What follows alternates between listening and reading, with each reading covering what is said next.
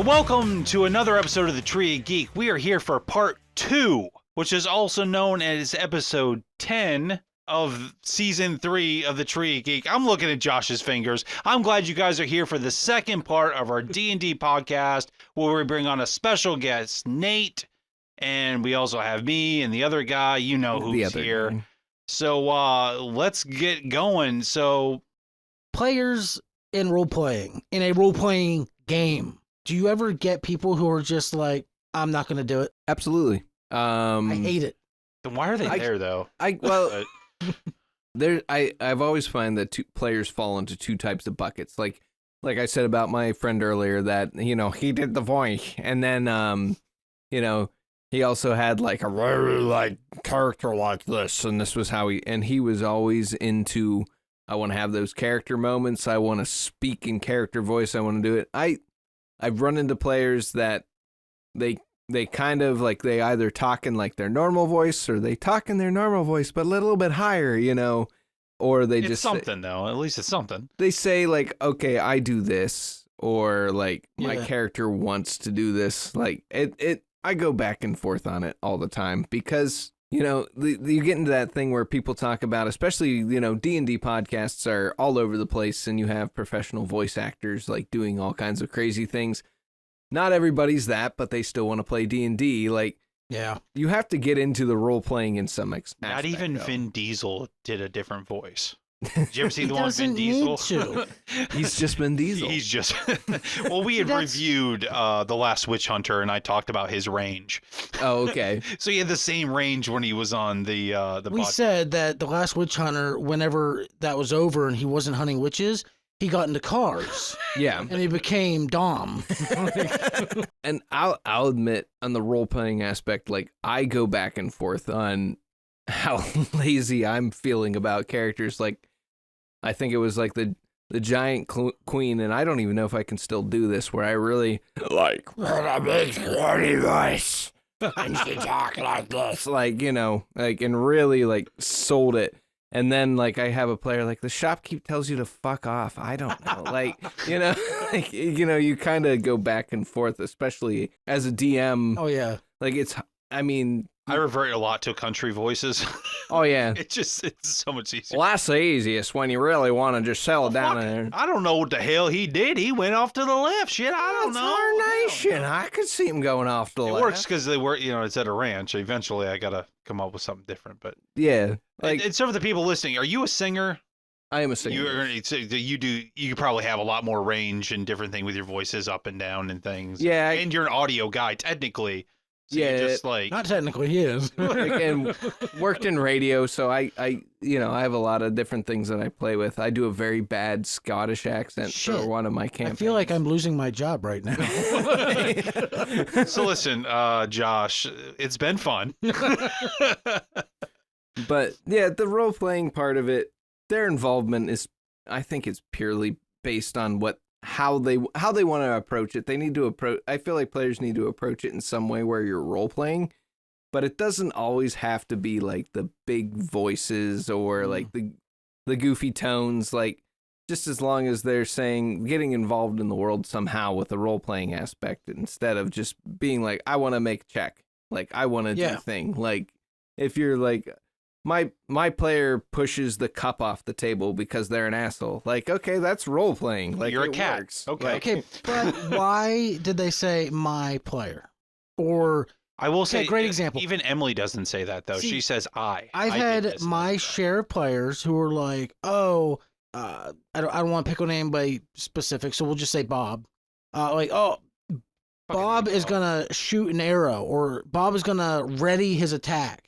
Why can't you just say, I'm going to do this? Now, I understand some people are more comfortable. That they talk in the third person? No, because sometimes they do, or sometimes they talk normal, like saying I. Other times, I think it's a laziness or a whatever their mood is. They'll just be like, oh, well, my character or Bob is going to do this. I understand. It's a comfort thing. Sometimes people don't want to go that deep into it. Like John, he purposely, I think he was smart about this. By talking in the third person, he'd always be like, oh, bye, sorry, or Buys is going to do this. And it's like, that's a really good way. I wonder who was first, his character Buys, or Natalie's character from the game with Joe, because Natalie's character specifically talked in the third person. Buys all the time. Was one of his very first characters. Buys is the goblin. Gotcha. One of the very first characters I remember him making. And to my knowledge, he has always spoken in the third person. Okay.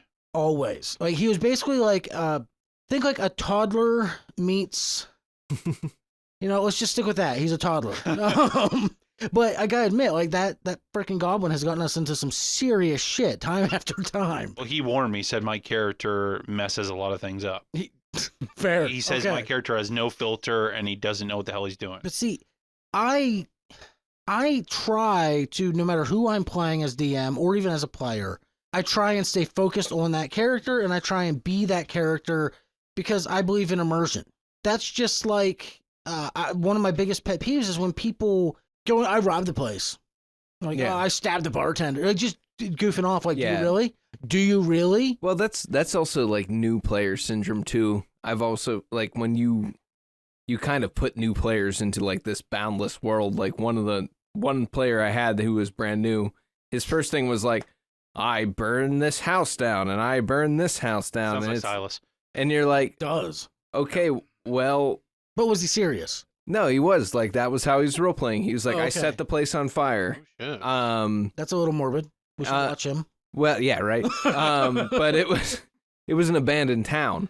But I just wanted to watch it burn. The funny part was he picked the one building I had actually hidden an NPC. Of course! Of course! And so she went out and she put It's not the same black hole guy, is it? No, it's not the same black hole guy. Like, damn, but 2 in a row. Pulled fire off of a patch. But yeah, no, he's like, I flip a table over, I light the place on fire. Jeez. And then like they took a long rest and he's like, so when we wake up, is like the place on fire or burned down? I'm like, no. And he's like, well, why not? I lit it on fire. I'm like, that's weird. I guess you'll have to find out. Like, but he picked the one that an NPC was actually hiding in, so I had her go put out the fire to not give away her location. Who like, did this? Stomp it out. What the fuck? But it was... See, what I'm referring to is more like, I've had time and time again where players will say something just being sarcastic, like, do you? Mm-hmm. No, I'm just joking. Well, you can't do that. So I started implementing where when we're playing, unless it's an obvious break, if you say it, I'm rolling with it. If you say something sarcastically and I say roll, there's no, takey backsies. Yeah. I want you to roll or I'm going to roll for you now. The first couple sessions, I let them kind of be a little willy-nilly. Yeah. Mm-hmm. But the last 3 I've done, I'm like, I heard it, and now it's in there. And I gave them a fair warning. I said, now the last couple times we've played, I've let you kind of chitter-chatter back and forth. I said, I don't want to be the fucking, the game Nazi, as I've been known to be in the past. I'm sorry. Yeah. But as the DM, I do need to make sure this flows nice and easy. So if you are going to just chitter-chatter back and forth, as the DM, I'm going to pick those things up. Yep. So when you say something weird, I'm like, hey, I'm going to need you to kind of roll now. And I've gotten some pushback. I'm like, well, you said it. Well, so we had people talking to like a guard, and I forget exactly the conversation, but it was something like, oh, the guard said something, and one of the players were like, oh, your mom. Just being, a little snide joke. Yeah. Over Well, the guard heard that, didn't he? I had the guard heard that. Roll. Roll. I think I had him roll stealth. Basically, like how loud did you say it? Luckily, the guard did not hear it. But yeah. I'm trying to get the point across. Like, when you're playing, that's why I'm so big on immersion and role playing.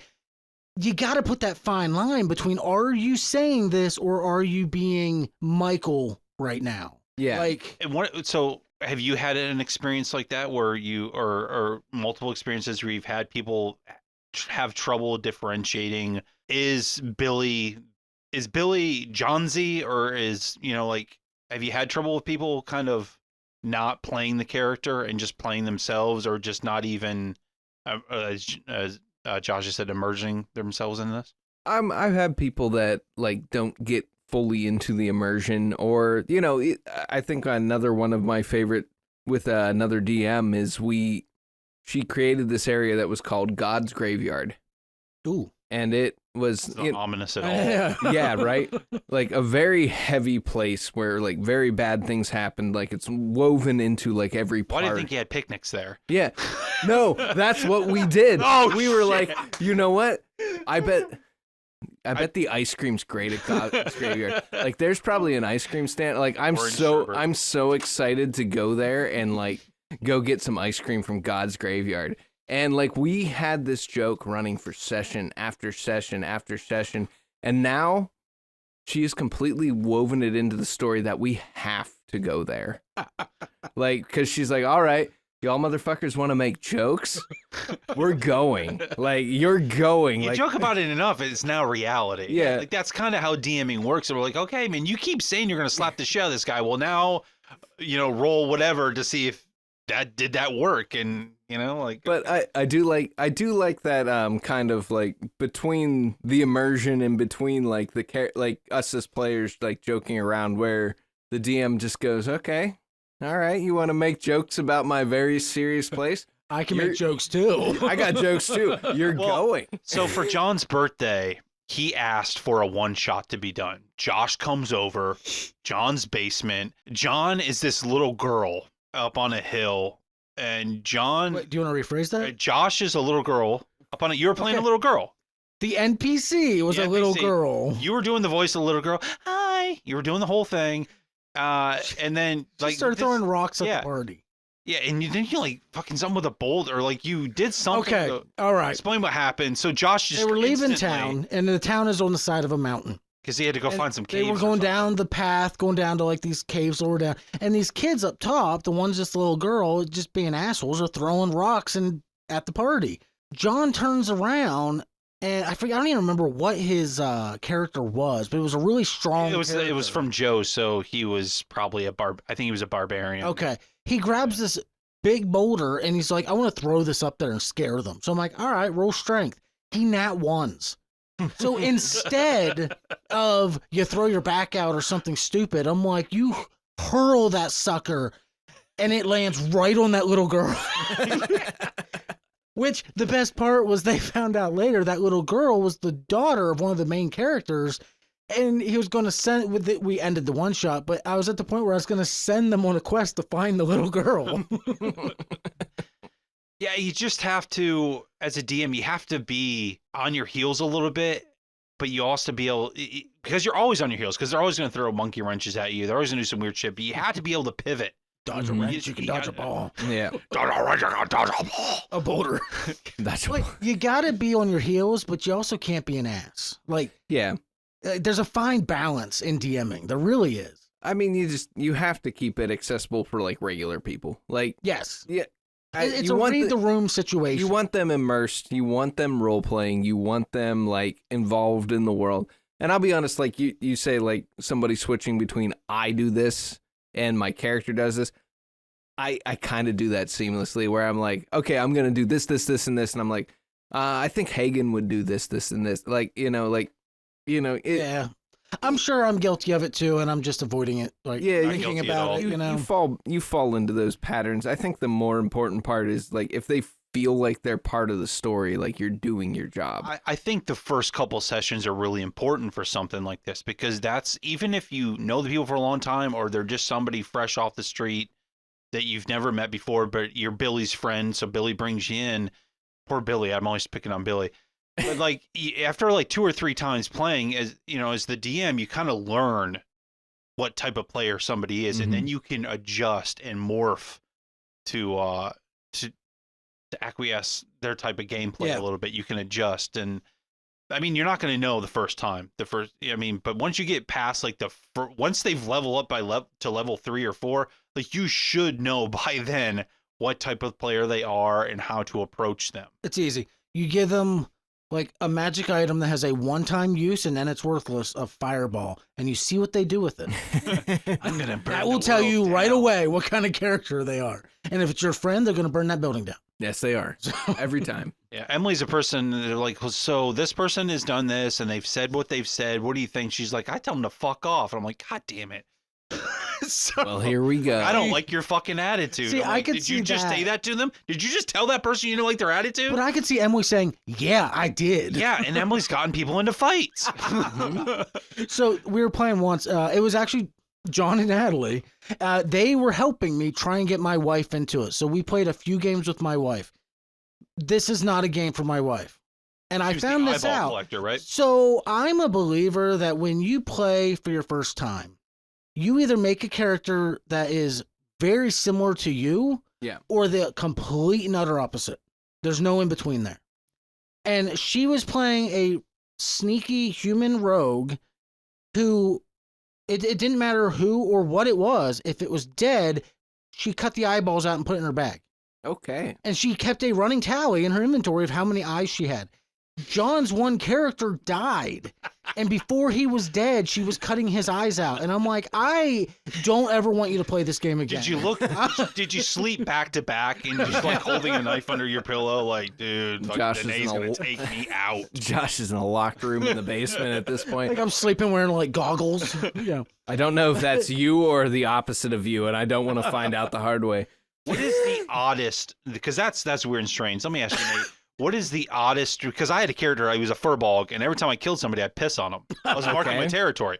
That's what he came from the wilderness. I was like, I'm just gonna fucking piss on this. I like that. So what? Tell me, what is the strangest, oddest? It's like, what the fuck thing that you've had a character do in one of your campaigns? Oh, let's see. I think one of the oddest character. Well, I'll go with one of the oddest character creations because this one was really hard to work with. Basically, they created a racist sun elf. Okay, you have my attention. Let's see where this goes. Racist Yeah. son. What exactly were they racist against? Mostly gnomes.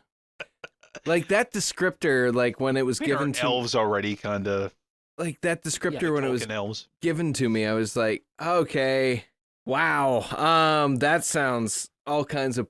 Was there any correlation between the actual person and the character? Was this person No, outside no. of the game?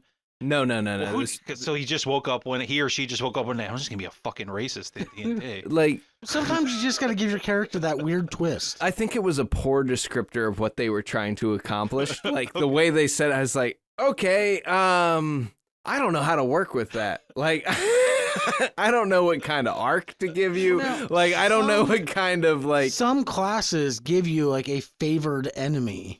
Well, and that's the thing. Maybe I'm playing devil's advocate here. I'm trying to help you, guy. Maybe Did that's gnomes do what. to piss her? Did a gnome take her job?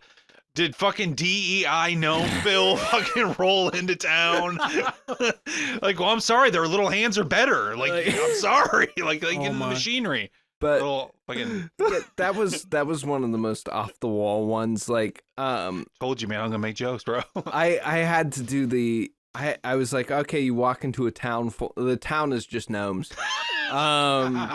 And one of the other characters, The like leader is David. she was like, okay, I just cover their eyes for the entirety of this town. Like, and that was the way we worked around that for that town. I don't know. That was like, you get into stuff like that. Like in hindsight, I probably would have been like, hey, I don't want to do this. Like, I don't want to be put into these contentious situations with this character. Did he or she ever explain why their character hated gnomes so bad? It was basically that a gnome army destroyed like the Sun Elf Kingdom. Like, you know, it was The garden. They destroyed the garden. Yeah, there was Over the a arugula. backstory to it, but that was one of those things where like It's fantastic. like in hindsight, I'm like, I don't want to role play this. I don't want to fuck with like a racist elf that's just like angry at everything. Like in hindsight, I probably would have been like, can we alter this? Can we make this like a little bit of something else? Because like I think I would have rolled with it. I would have like, no, all right, you want to be You racist? should have had it that they Okay. went into a town called Nomini, and that there was one elf rising to power, getting rid of all the dwarves. I don't know. Because D&D kind of draws from Tolkien, the way the elves are. No. yeah. Oh, yeah. Yeah, well, they definitely didn't. No, elves I always thought were kind of hidey-tighty, kind of, oh, we're better than you, kind of, like. Why are they? you know, Why are they fucking Liv British? Tyler, calm down. Yeah, all right? they are- Like, They're calm British. down. Got it. I side with the Brits these days. I might. I don't know. Just don't go to the Grey Havens. I don't know. Like some But of, you get turned back in Jersey, bro. some of the race stuff in D&D is a little problematic. Yeah. And typically like with games, I don't like to play into it. Like, it kind of dives into that, like when you're DMing, a lot of times like you don't always want to bring like real world shit into a game, like, and have players dealing with real world shit in a game. Like, this is escapism, this is fun. Yes. Like, we don't want to get too heavy on that. Like, it's one thing to get heavy on like a character's backstory and get emotionally attached to a character, but when you're bringing the real world into this fantasy escapism, I just don't think that's very productive or fun for the people that you're trying to enjoy this game with. I agree with you. I hopefully nobody out there has been like, I'm going to create the big bad, and he's going to be exactly like Adolf Hitler. Yeah. Mixed with Stalin with a smidge of Mussolini sprinkled in. Who wants to do fantasy World War II? I'll bet you it was a gnome. No, see, that's one, like, 'cause one thing I wrote down about was, like, unspoken rules. Yeah. That's one of them. But I actually usually say it. Like, when we're playing, I want to keep all politics out. Because, yeah, this is a place 99% of people go to just escape the real world. They want to play someone else for a couple hours. They don't want to think about the bills I have due tomorrow. Yeah. They want to just get out. That's one of the reasons I love it so much. Is It'd it's be cool to have a character that is a tax collector. Like that was their job. Well, actually, really that brings me into another interesting play style of a player where they actually created their own currency. Oh, geez. And their own like LLC, like their own company within the world, and they rolled so well within. I'm gonna like, hold back the jokes. I'm just Tom, gonna... that I won't say the last name, but that we work with, his office is next to mine, yeah, was telling me that he's in his I think he said late 50s. mm-hmm. He has been playing since like the 80s. Yeah. Now he said, unfortunately, he doesn't really have time to play anymore.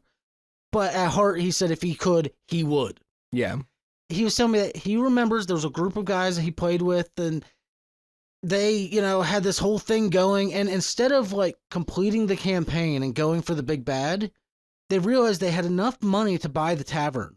So they bought the tavern and started just literally every session was managing the tavern and slowly buying more property. That's gotta be fun for the DM. Like, hey, what are you guys doing today? Cheers. He said like they basically ended up trying to buy the whole town and then like this whole economy system going. And I'm like, so it's like Catan only.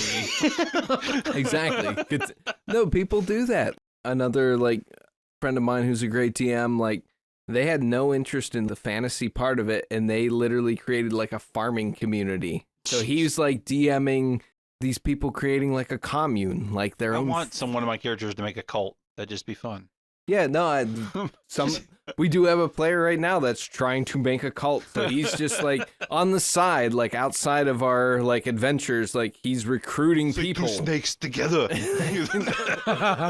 Like I'm going to have an army by the end of this that's going to be unbeknown to like the rest of my party. Like we know as players, but like the party hasn't caught him trying to recruit these cult members. Like, and you just hit probably one of the best parts about the entire game. Is that it's literally whatever you want to make. It's so open-ended. So I come from a heavily religious home where when my father found out I played D&D, now he's not like, oh, bad. He was just like, I grew up where this is not something you do. Like, explain it to me. The satanic panic of the 80s. Yeah. And all the, Mm-hmm. But he's always been the type of, like, well, explain your side and then I'll tell you what I think. And I explained to him, like, it's simply whatever you want it to be. And I give the example, you're not to worship other gods. Then don't. Mm-hmm. Oh, well, you don't like the idea of using magic. That's evil. Then don't use magic. Oh, you don't want to kill people. I will find it. There's a whole story online. I told you about it, Michael, of this group of guys that played the entire campaign as pacifist monks. Love with that. Insane charisma. And they talked their way through the entire campaign. You can be truly whatever you want in this game. And that is what makes it so absolutely amazing. Because that's what's fun as a DM is the players Oh yeah. So doing whatever they want, See, and that's then the you thing. gotta deal with it. One of my favorite parts of DMing is, like you said in the very beginning, episode 0. Or what'd you call it? Session 0. Yeah, session contract 0. Where signing. I get The to blood contract signing. like I get to learn. Okay, I have my campaign. What am I dealing with?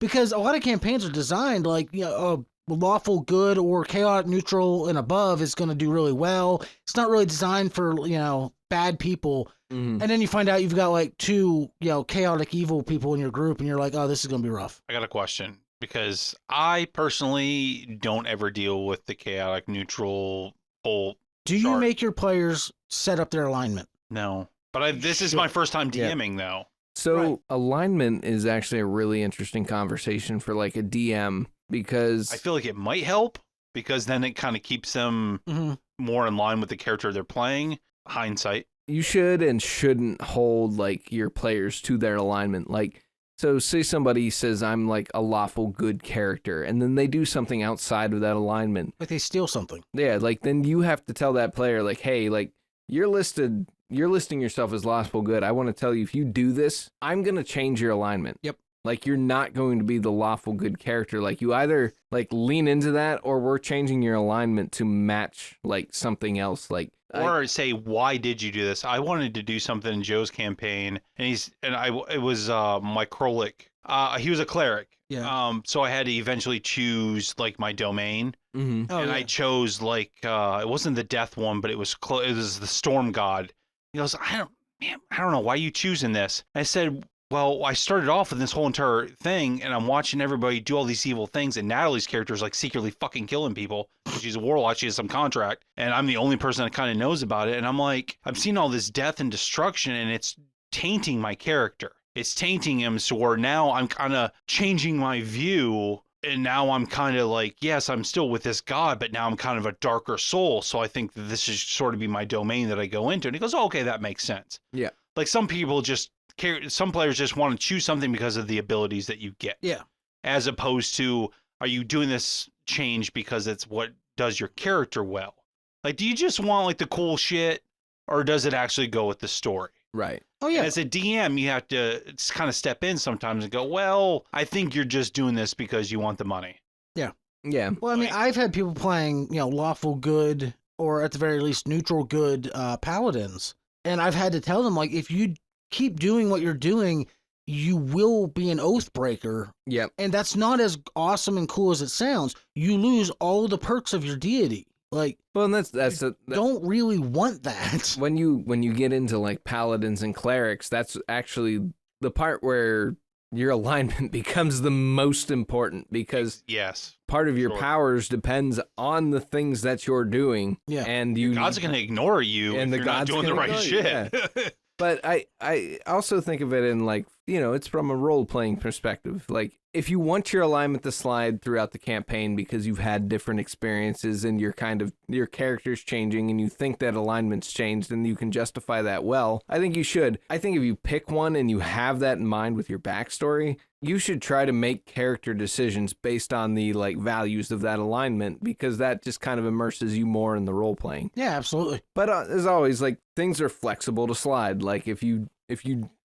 started out like, I wanted to be lawful good, but I'm kind of like, as a player, having more fun like being like chaotic neutral, like, then we can make adjustments to that fact. But mechanically, the only time it really comes into play is if you are like a paladin or a cleric player. Yeah. And it's like, according to like how this player is structured and how this class is structured, you have to hold certain ideals, and like we can kind of rectify that. Like maybe you lose your powers, maybe you find a new god and you get new powers, and we have to kind of change your character around. But alignment is important to the roleplay aspect of it. It's good that you're willing to, kind of be like a rubber band and kind of like stretch at places. Yeah, you don't go roller to the knuckles. You work with them. And The reason I didn't play the one D&D campaign with the people is because Josh was trying to create a character, and I was trying to, it was a session. It wasn't even really, it was just like, hey, we're just going to open up a book, we're going to make characters. This guy was the DM, and somebody wanted to be a certain character, but he's like, okay, well, here's the list of 5 gods that you're going to follow. And the guy's like, I don't know, like, that doesn't really, I want to kind of do this. And he goes, no, that's not allowed. He goes, well, what if I do? He's like, no, absolutely he was a not. very by the book person. Like, Like, He I wouldn't feel like even as let- a DM, you need to stretch and kind of Yeah, make it enjoyable. That's the whole point, right? Yeah. Like, just say, nope, you can't Was do it that. you that wanted to do a druid? Somebody I don't wanted to do a even remember. I druid, don't and he even wouldn't remember. let them have antlers on their character No, because that wasn't me. you don't get antlers until such and such if you're following such and such god, and he had to hit this level, and because according to the books and the lore, that's when you get the antlers. Well, somebody wanted to follow a female god, and he's like, no, if you're playing that, you have to follow one of these 5 male gods. And the guy's like, well, but that doesn't kind of go with it. And he goes, well, it doesn't matter. Like, you have to follow these. Like, that's you Well, can't it was do very similar. And that was rude. I thought it was like, I'm not doing. I did a this. drow. Like, Yeah. And I just didn't want to do the gods at all. I just wanted to play and figure out what I'm doing. I didn't really want to deal with deities and everything else. And he shoehorned in Loth. Like, no, you're a drow. You follow Loth. Yeah. And yeah, so I tried to tweak my story. Like, well, I wouldn't, so I left the community. So he brought in a whole nother god that was an enemy of Loth that like forced me to follow them. And I'm like, dude, that's why I appreciate come Joe on. as a DM, because my Krollic character, he was a Haragon, and he was following a god, but there was no god specifically, so I just made one that was similar to the name. And he goes, "Oh, that makes sense because my character's in a whole different part of the world. Yeah, I traveled over the ocean to get here." And he goes, "Well, that makes sense that your god was named something different, but it's basically this, air quotations, basically the same god, just with a different name." I'm like, "Well, that makes sense." Think of it, yeah, okay. Yeah. Like, you have Zeus to be able to versus kind of Odin, like, yeah, you just have to be able to kind of roll with your players and make, okay, we'll just make tiny little adjustments, and it'll all work out. Because I mean, I always looked at it like, I like being a musician, and one of the big things with like music is like you learn all the roles of music and you learn all that stuff, but the roles are kind of meant to be broken and stretched. And that's how I looked at like DMing, is like you learn all the rules of D&D, you learn how this all works, but that's meant to be broken and stretched. Like you want to keep it bound enough that your players aren't just like murder hobos running free with no consequences. Murder hobos. Like I'm totally making murder hobos. but you've never heard that? you never heard that? No, I'm new. Murder hobo, it's usually a new player that just kills everybody they come across. Just and hit it loots with your them. sword. Just- Those people. Yeah, pretty much. But like, oh, there's a homeless guy, I'm gonna stab him. Yeah, exactly. Like just because you can. And then the town guard comes, and they're like, "Well, why does the town guard come? Because you stabbed a homeless So person." I'm gonna hide in the shadows, like- and I want to stab him. Oh, roll for stealth, I guess. Let's see what happens. But yeah, you need to be able to be a little flexible with the roles while keeping in mind like how the game all like binds together without like letting them break the game. Yeah. But there's no reason to like, the book says this, so this is this, and that's the end of it. Like Yeah, that. he was like straight on his pulpit, like, no. He gave me, was it The Legend of Dritz? And he told me to read it for homework. Because I was going to be a drow. And I'm just like, no, not going to do that. Now, I think it is important to know rules. Ironically, I did read it later. It is a good book. But Yeah, when someone gives you his homework, you're like, like, I have to research this just to play my character? No, not going to happen. No, thank you. well, go ahead. Oh, I was just saying it is important to know the basic rules, though. And Yeah. I found out the very first 2 sessions I played, I was completely unprepared with actual rules. Oh, there's plenty of times where someone will ask me something, and I'm like, I'm going to have to look that one up. Yeah. I don't think you can know everything. No, absolutely Well, not. I mean, I was messaging you, Josh, like, how does this work? Was that during a game? No, it was Oh, before. I was like, No, I was trying to prepare myself because of the first, yeah. not session 1, I guess, went wildly crazy. I will say that's one of the greatest parts of playing online is because you have Google right there. Like, I can't tell you how many times I've forgotten a roll and just been like, D&D, like, what happens when you grapple? D&D, what happens, My like... Copilot helps me through so many things. Well, and between rolling D&D Beyond and Roll20, they have so many resources Roll out 20, there. is that the one where you just look something up in it, or it like literally rips it out of the books and just puts it on the internet for you? Might be. Yeah. Might be. But yeah, I mean, It's like it's dice in the phenomenal. corner. But on that same note, how do you feel about technology in your games? Now, I understand, like, we play online. Everyone's on a computer. I can easily tell, and I'm not even the one DMing, who is paying attention and who's probably just watching YouTube on the side waiting for their turn. when we played in person, I ended up having to make a rule. I want paper character sheets because people would bring, or tablets. My people have character that can lay sheets flat. paper. Yeah. Because people bring in their laptops, and I have caught people on Facebook and Reddit and stuff like, we're playing a game here. I understand it's not your turn, but have a little respect and listen to what's going on. So my take on this has always been, I don't care until you don't know what's going on. Like, okay. I don't care what you're doing. Prove to me that you know what's like, going on. I don't care what you're doing on the side. Like, at the point where we did a whole thing and you're like, okay, what happened? That's where I get annoyed. Like, if you're like, Josh, what are you doing? I'm like, wait, what? Yeah, exactly. Like, that's my big it's the thing. classic kid in the classroom that's not paying attention to the teacher up front. Like, Doodling on the book. Like, if you can right, Mr. Jones. Yeah. If you can multitask and you can still be cognizant of what's happening enough that, like, when it comes to you or I ask you a question or I say something, you're present with us. I don't care what you're doing on the side. That does not bother me a bit. I will say, like, technology in games, I do like the leveling up of, like, Beyond 20. Beyond 20? That's what it's called? D&D Beyond. D&D Beyond. Jesus. And Roll20. And Roll20. I just combined There's them. too Yeah. many dice. Which, D&D Beyond, if you want to sponsor us, Yeah, right. let us know. And if you want to let me a la carte a fucking thing that I can't do now because, no, I was going to do a thing with Josh just real quick, and now I can't do it because I don't have money because I had to buy the entire book for like $80 or something. You can't just pick, like, a class out of the book. Like, you got to come buy on, the whole man. digital book. I know. I hate that so much. told you. Especially because I have so many physical copies. Like, I wish they just had a code I went or something. because I was going to DM. I went and bought all the damn books. So the good I thing don't is, even use them. if you, like, our friend John has a whole bunch of books on D&D Beyond.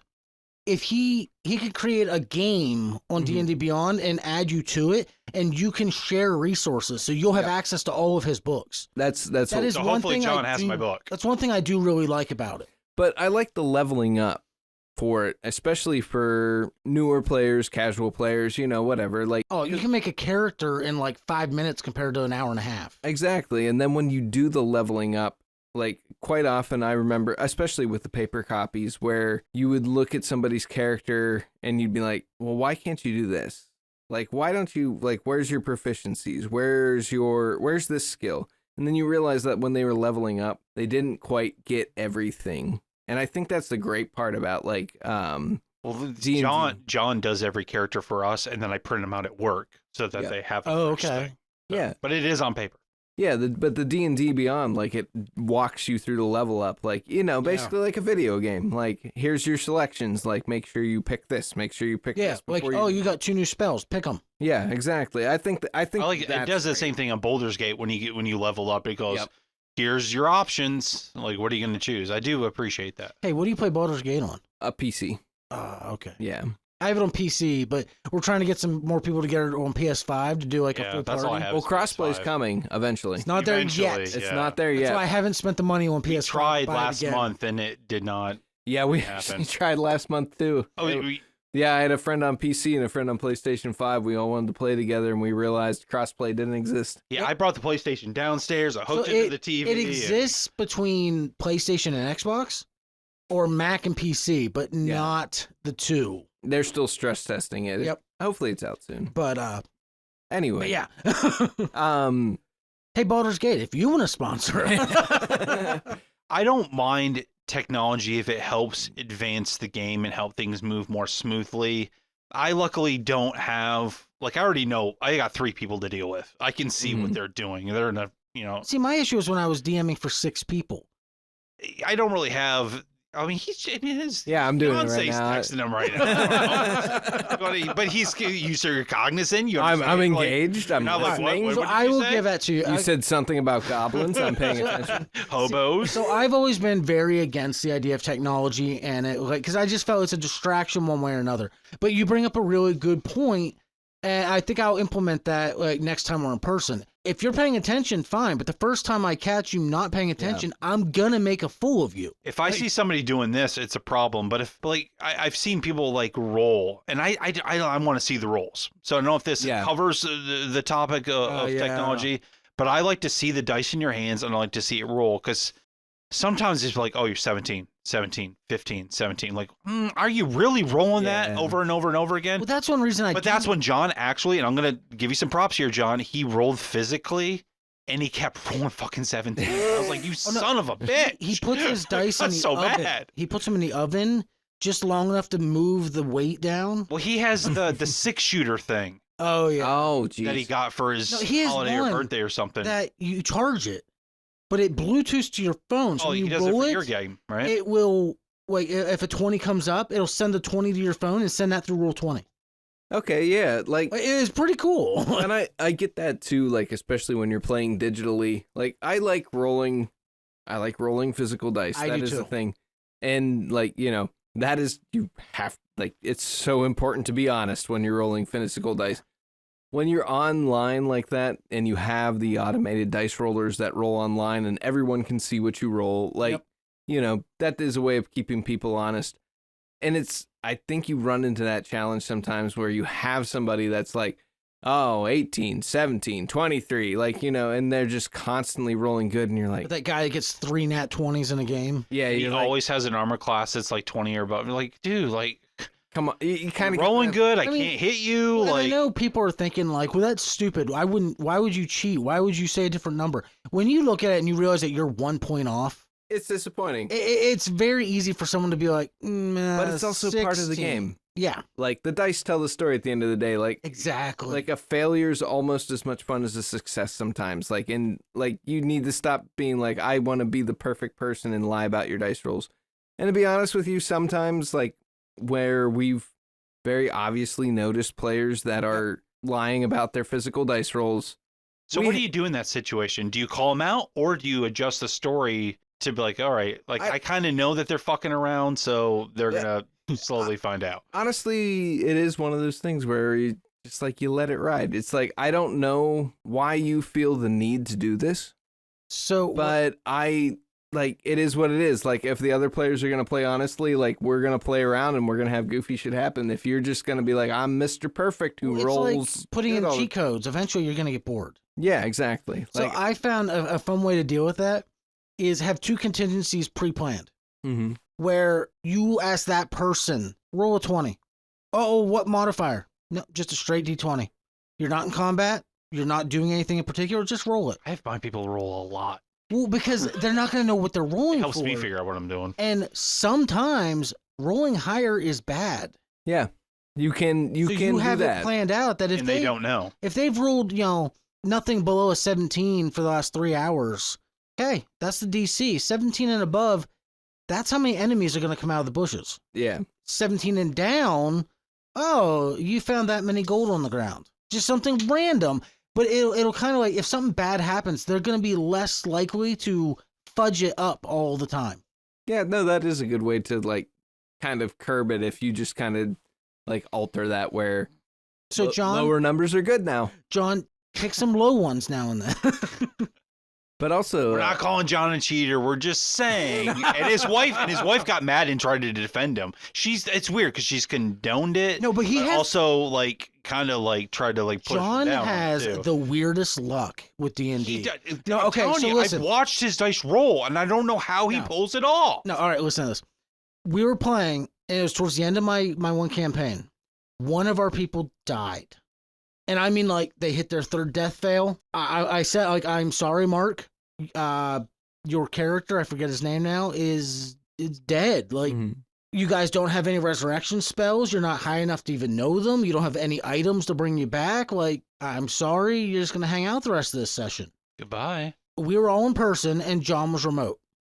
And I said, I'm sorry. And then I remembered John had the deck of many things. And in there's a single card called Wish. You can make any wish. And he messaged me asking, would that work? And I said, yes, but there's like 27 cards in there. That's a 1 in 27, and half of them are bad. He's like, I'm going to do it. I said, okay, get Natalie. I want someone to witness. She shuffled them. She fanned them. He drew Wish. He somehow pulled the exact card needed out of, I think it's like 27 cards. Sometimes you win. And I was like, okay. And he told the party, he's like, guys, I just got this, and here's what I'm going to wish for. thankfully, the one guy, Mike, he's like, hold on. Because he was going to wish, I forget the way he worded it. It was going to undo the entire battle they just did. And he's like, we need to plan this out. And I'm sitting there thinking like, you do, but why did you have to tell him?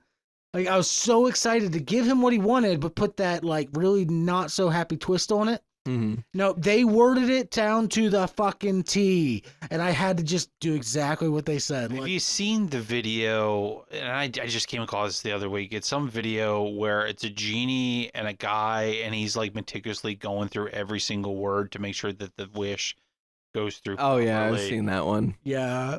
And on the topic of like managing players and like gameplay, how much metagaming is too much? I feel like that. Yes. You can, yeah. No, I get yes. I think if characters are not in the physical space, I've had them kind of talk. I'm like, wait a minute, just so you know, you aren't even in the building. Yeah. I'm like, oh shit, I'm not. I'm like, yeah, that's right, you're not. So your opinion, they don't hear anything you're fucking saying right now. Yeah. You have to remind them. Because sometimes I was like, oh, we're just in a group right now. And then they're, to me, that kind of bugs me because they're not the characters. They're just them. Oh, yeah. Well, it's just like I had characters broker a peace deal with an enemy. Well, they split the party. So over here, I'm like, okay, all right, we're done here. Now over here, take your turn. We're in a treaty. I'm like, you guys don't know that. Yeah, you're outside the room. You're on the other side of the dungeon. Like, you don't know what just happened. Roll. Yeah, Natalie, she turned into a mouse going through all these little rooms downstairs in the basement of Patrick Stewart's basement. And John's Patrick like chilling Swayze. outside. Patrick Swayze. I keep forgetting, they were in the Poconos in New York. I gotta find a guess. sound clip for Patrick Swayze. I have to. Nobody puts a mouse in a corner. No, but she was hiding in a corner. It was weird. But then like John kept trying. I was like, no, like you're not talking to Emily because you guys are outside. You have no idea what's going on with Natalie's character right now. Her gnome is turned into a mouse. You have no idea what's going on. Yep. Which, I'm sorry it's a gnome because I've heard that some people are really racist. Yeah, some people against don't like gnomes. Like, I didn't know that, but shit, man. Those gnomes are sneaky. But so what do you do? Like, how do you deal with people who Talk too use much. meta knowledge to their advantage? Because sometimes you can hear it and, okay, I'm not going to make my character act on it because they didn't hear it. Yeah.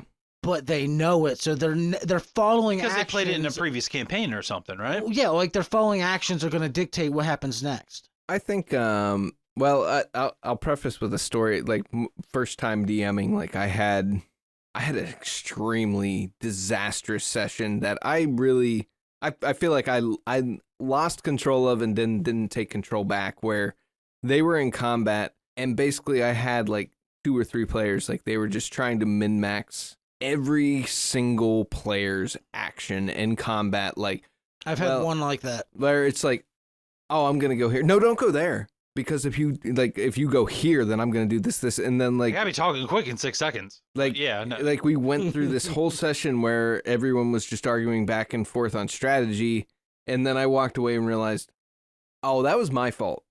I didn't take control of that situation. I didn't tell anybody, like, hey, stop. Like, yeah. Everybody takes their turn. Like, everybody makes their decision in the moment. It doesn't matter what you're thinking. Because have you had people get nasty or get upset with you because you've had to pause or slow things down in combat, and they've just been like, well, what's your problem? I'm like, I'm just trying to, like, this isn't how it goes. Like, it's not your turn yet. Have you had people get a bit upset because no, I've never had to pull them back? I've never had anybody get mad at me for pulling them back, because I think the logic... You're a polite guy. That's probably why I'm not. I think the logic is sound. Like, when you tell them, like... Yeah, it's true. Well, yeah, because you're a fucking asshole. That's why. I can just see you playing and, like, Emily say something, you're like, no. And just go back to John. And then she's like... Yep. Ladies and gentlemen, he's crossing his arms and looking very unhappy. I'm done. That's why I'm away from the mic. I'm done. I could absolutely see that happening. But no, you're not getting laid in 2 weeks. And then you mix alcohol and all hell breaks loose. I think the logic is sound when you tell them, like, hey, listen, you're in combat. Like, you wouldn't be able to sit there and have this conversation. Okay, you run over here and I'm going to run over here. Like, no, everybody has to take their turn. If somebody makes mistakes, they make mistakes. And then everybody's got to deal with it. You can suggest things. Like, but I'm not... I like to go, are you sure? Yeah. I'm not... but at the same time, I'm not opposed to people talking strategy. I'm not opposed to, like, time-saving methods. Like, if your character was in a room for a conversation and we had a whole conversation with NPCs, I'm not going to make you go back out and recount that to your compatriots. I just say you told them what you said, right? Yeah, I did. Okay, thank you. And I'll ask, like, do you share that knowledge with them? And you say yes, and then we'll. That's a way nicer say. We'll consider it done at that point. Like, you don't have to do that. But I think like metagaming, talking strategy, like there's some place for it, but you have to watch how much it like takes over your game, because you can slow down the flow of game completely. I guess it'd be really hard if you had a lot of players as opposed to a lot of men. Like my 3 players are really good players. Like they're good people, but having like 6 to 8 people, like I don't know how you did it with like 8 people. Dude, we really didn't. Like you're like, no, 6 was very difficult. Yeah, like very difficult. 5's about the top for me. Like I like 5 players, like, but you enter initiative and you sit there like for 10 minutes figuring everything out, who's going to what order. I hate the part where it's time, the battle's even again, we have to roll initiative. What did you roll? What did you 13, 12, 10, you rolled a 7, and I got to say, how do you feel? I'll tell you how I feel first. How do you feel about initiative? Because I have characters that seem to always want to go first, but they always get stuck in the back or in the middle, or, it's like, can I just let my players decide what order they want to go in, and maybe I'll just do initiative for the non-players? Like, I don't know. I have a hate-love relationship with initiative. I think everyone does. I think initiative's still important, like, because it just creates that improvisation like mindset. Like, you don't know what the other player like there, and that goes back to the min-maxing thing. Like, maybe there is a like better order that these players could go in that like, but they don't get it, so now they have to figure it out. I get it if one person walks into a cave entrance. Well, bitch, you're first. Like either that person that you attacked or see first is first, or you're first. Like you're 1 and 2. Like there's a surprise round. I feel like there's like you're in a field and you see the enemies there. Like, can't I let this person go for? I want to just go hit him with my big giant warhammer. Well, then go first. Well, or second. You know what I mean? Like, see, I've kind of done it where everybody rolls initiative. They give me the numbers. You have until I'm done figuring out the initiative of the enemy. If you rolled higher, but you don't want to go first, you can trade it off to somebody. Well, that's the other thing. Because some people don't like it'd be to go kind of first, like or their character if someone doesn't. stepped aside and said, go ahead.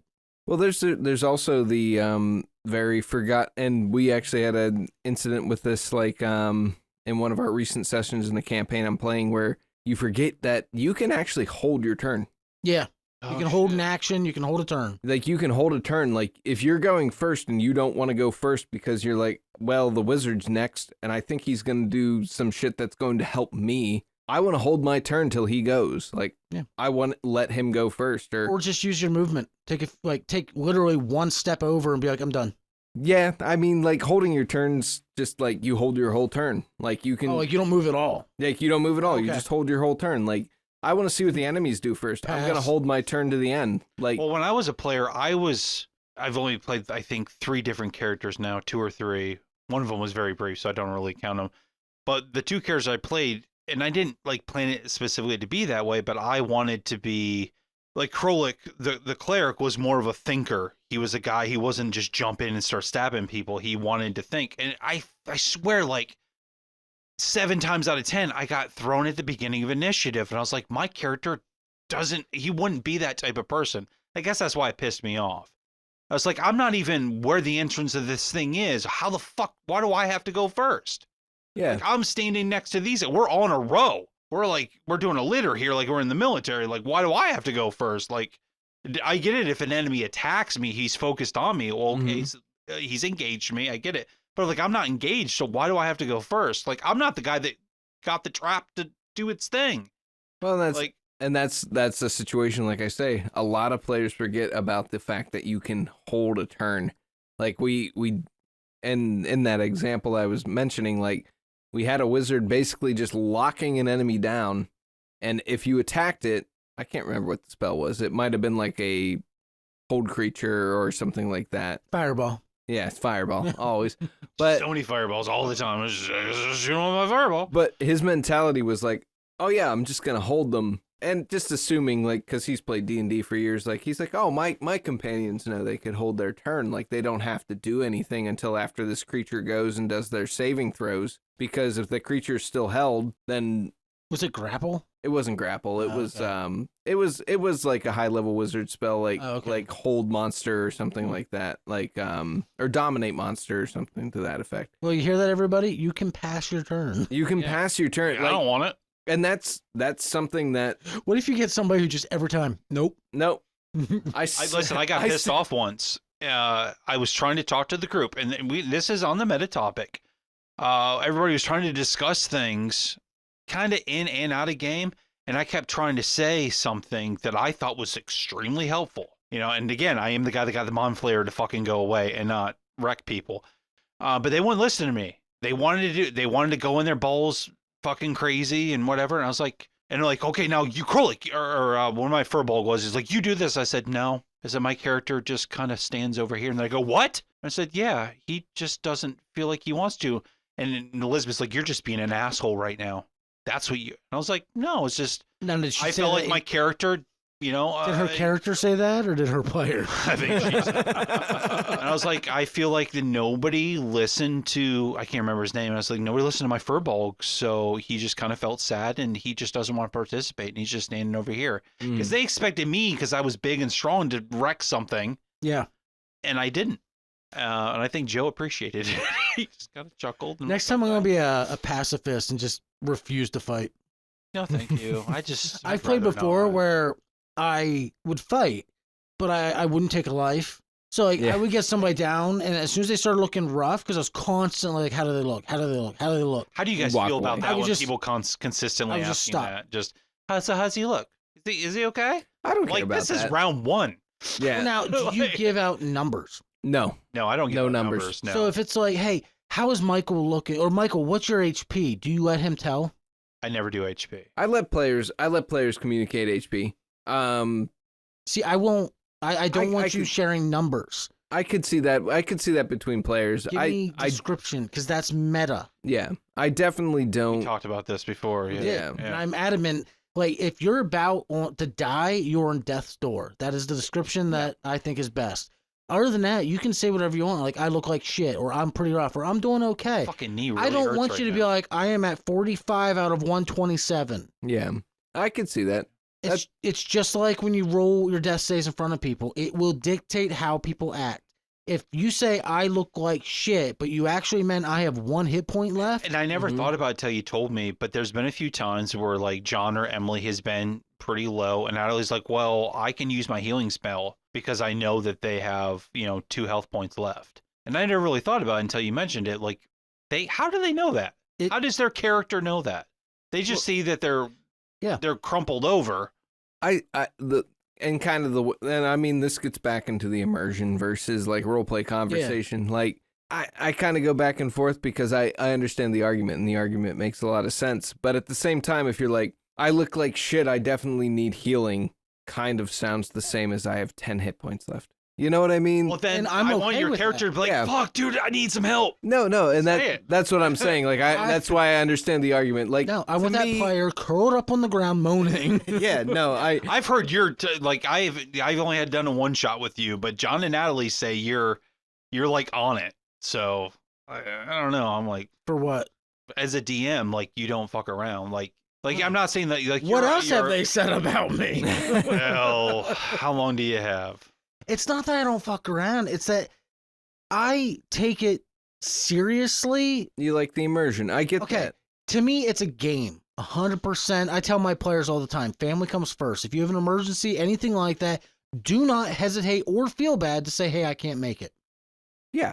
But if you're like, oh, I don't feel like playing tonight, or like, oh, I'm going on a date tonight. Like, you have none about it's literally a standing time and date every other week. Like, you couldn't have told us more than 5 minutes before the game. It's every Thursday for people. It's every other Thursday. Every other Thursday. Every Thursday, I'm doing something. I'm either here, or the other week, I'm playing. And then I'm here. To me, if you're going to play D&D, especially with me, it's a commitment. I expect you to dedicate your time. I expect you to be there, show up, be prepared.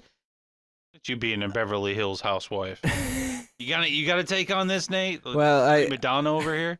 Yeah, well, I feel like there is a certain amount of courtesy, especially to a DM.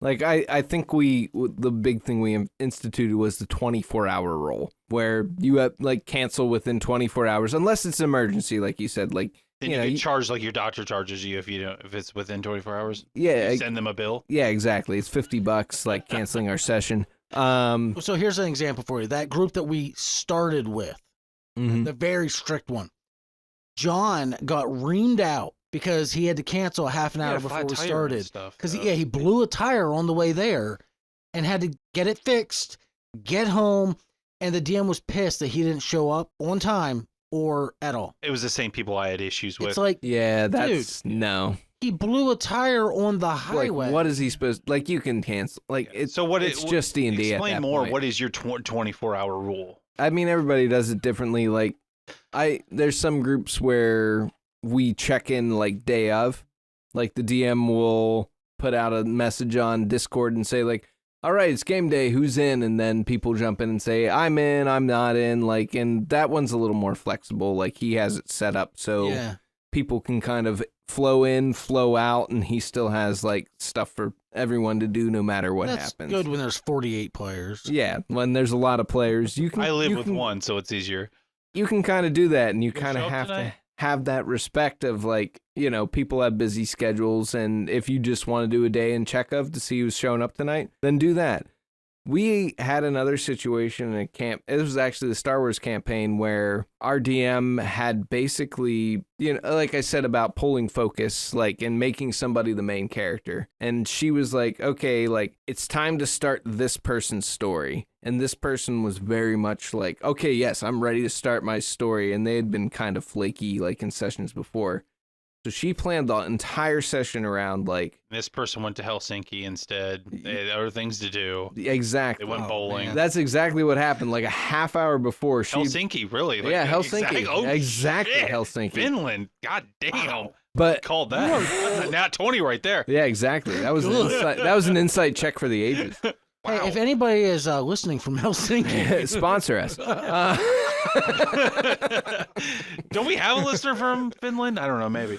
But yeah, she planned the whole session around like starting this story. And then like a half hour before, he's like, yeah, I'm going to blow out like a half hour in. No. Like a half hour into the session? Like a half hour into the he's like, I can only stay for a half hour. I don't understand why some people think you have a D&D session. All you have to, whether you're playing online or in-person people, you have to sit in a chair and role play. And listen and talk. Yeah. Yeah. Like, you got to roll a couple dice. You got to say, I'm going to hit him with my sword or throw a fireball. Like, that's all you have to do. It's not like you have to do calisthenics. You're not running a mile. You're not putting together a transmission engine. But just like, you're just sitting in a chair. The fact that you would... fucking around. Rolling dice. Like, that's all you're doing. The fact that you would, like, say, like, oh, yes, no, I'm ready to start my character arc. Like, plan a whole thing around me. Like, I'm good. I'm going to show up. I can do it. And then a half hour before, like, yeah, I'm going to be in for about a half hour. They're then the I'm same leaving. people that call off, like, every single Thursday. Yeah. Yeah, at work. And they happen to be off every Friday. Yeah, it's just my grandmother. She's just like, how many grandmothers you got, homie? Like, oh, you're digging deep. Like, it just gets disrespectful it hurts your feelings. Yeah, especially for a DM. Like, you have to plan out the whole session. So if you're planning it around this one person and then they flake on you like at the last minute, and to give her credit, this was around like the holidays. And she just pulled like a whole Christmas episode out of her ass. This time, like let's do this. Yeah, no, we went to fight the Granch. That's exactly what I was saying about before. Like, DMs put so much time and effort into preparing these sessions that when people bail out, they're not just screwing over the DM; they're screwing over the other players because. 9 times out of 10, you're preparing the session based on the number of players. Because even when I talk about plan A, B, and C, they're still contingent on the main storyline. So if you like throw the whole entire story off because you're not there, then those other contingencies I have don't seen matter. parties almost TPK because the main healer decided not to show up that night. Yeah. I've luckily never I'm been not in a changing. session where nobody's ever showed up. Like, I'm not changing the campaign. I'm not changing the encounter because Joe Schmo didn't show up today. And I do it simply, you don't show up, you're just not there. Yeah. You're off, skipping through the woods. I don't lost know. in a fucking tunnel somewhere, right? You'll still get your experience, which I do. I do milestones anymore. I don't do experience. Yeah, milestones. I don't do XP either. Honestly, the best Milestones way are to do it. so much nicer. It's like running chapters in a book. If you're doing like D&D 2 advanced or whatever, and you're doing like advanced D&D, yeah, like how much encumbrance you have and everything, well, then fine, do XP. But Right. these days, just Who has See, the so time? So if somebody out there doesn't understand the difference between XP and milestones, it's like XP, like every single time you do some shit, like you need to add XP, their experience that Yeah. they get from it. Or you do milestone, like, you know what, you beat the big bad in this town, you're going to level up. Well, see, Exactly. like if you don't It just show seems up, crazy that way. Everybody has link pockets. Everybody like you. well, you see, yes and no. accomplish like- something and you get a milestone. I do it where like, if you don't show up and the group finishes a chapter or whatever, and you're all leveling up next week, sure, you can level up. But if everybody got some like badass artifact, You don't get shit. Yeah. sorry, yours is still sitting on a pedestal. You weren't here to find it. You Exactly. didn't search that chest. I don't know what to tell you, buddy. You missed it out. Right. Because I have tried straight XP, and do you know how hard it is to keep track of everybody's like Oh yeah, that's because you got to try and remember who killed what. Okay, well, how many encounters were there? Now I got to divide all the XP. Who did more work? Oh, But yeah, I mean it. And again, like we said, everything's a balance. Yeah. Like, if somebody has a real world emergency, they can't make it. You guys go on anyway. You're not gonna punish them for that. well, So No, if but if somebody's it's just- repetitive. If somebody's just blatantly being like, "Oh yeah, like I'll make it," and then like, "Oh, I'm gonna blow out a half hour in," like you're kind of like, okay, well, Why even show up? yeah, I why had even a show player up? who missed the whole session because he fell asleep. And sure, I was annoyed he didn't show up, but I also knew he was putting in like 18-hour days Yeah, for like 3 weeks straight, no days off. But He- he should he also know passed out. outside a game to like if he's consistently tired. I'm just a respectful guy. Like if we three with say 2 or 3 other people played, and I know, like I would let that DM know way in advance. Right. Unless something crazy happened. I got in Yeah, a car wreck or something. But in general, I'm like, but I'm also a guy that it's fucking D&D. It's not like I'm not It's a doing game, anything crazy. it's a game, but at it the end still of the day. requires a level of commitment. Yeah, it's about respecting people's time because Yes. like it is a game, but it from a DM perspective, there's a lot that goes into setting up a session. Like you got to have that push and pull between the players and the DM and understanding like. Be respectful of my time, be respectful of your time, like, and the other people that showed up. Because Yeah, exactly. I mean, some people might not show up. I feel like people that call off of work, it's like the same way. They're just going to sit at home on their, like somebody came to work a couple months ago and he's like, I noticed these other people aren't here very often. I said, yeah, I think they just, trade off when they're going to call off. He goes, why are you always here? I said, what am I going to do? I'm just going to sit on my couch, do the same damn thing I do here, do nothing. I might as well get paid for it. I feel like people just sit at home on their TikToks and their Instagrams or play their Vice Cities or do whatever See, they're doing. Like For why- me, I'm the only one who's doing my job, so I can take all the days off I want. But when I come back, all that work is still waiting Yeah. for me. Yeah, that is the thing. I don't have anybody that does my job, so the work doesn't go away. Okay, well, full disclosure, my job's pretty fucking Like my easy, boss right? jokes all the time that I take off work all the time. I actually haven't taken a sick day in like a year and a half. Like It's pretty good, man. now I'll put in I think like 3 a year, maybe. but he likes to also give me a hard time if I put vacation in the day before my weekend, saying, "Oh, you're getting a long weekend." Yeah, Yes, I am. yes, I am. Well, that's how I put my vacations in. I don't know how other people do it, but like if I know I don't work that weekend, then I'm going to try to extend and the I do- weekend. And I do 410s. So first You're off, off on Fridays, right? yeah. So first off, I'm Are already you taking. off on Fridays, Nate? No. No, he has Oh, like yeah, 7 son of a meetings bitch over tomorrow. here. Yeah. He lives an hour away, and he has like 7 meetings tomorrow. Yeah, I do. You're an hour away. Yeah. Okay. Yeah. Okay, a little bit. Yeah.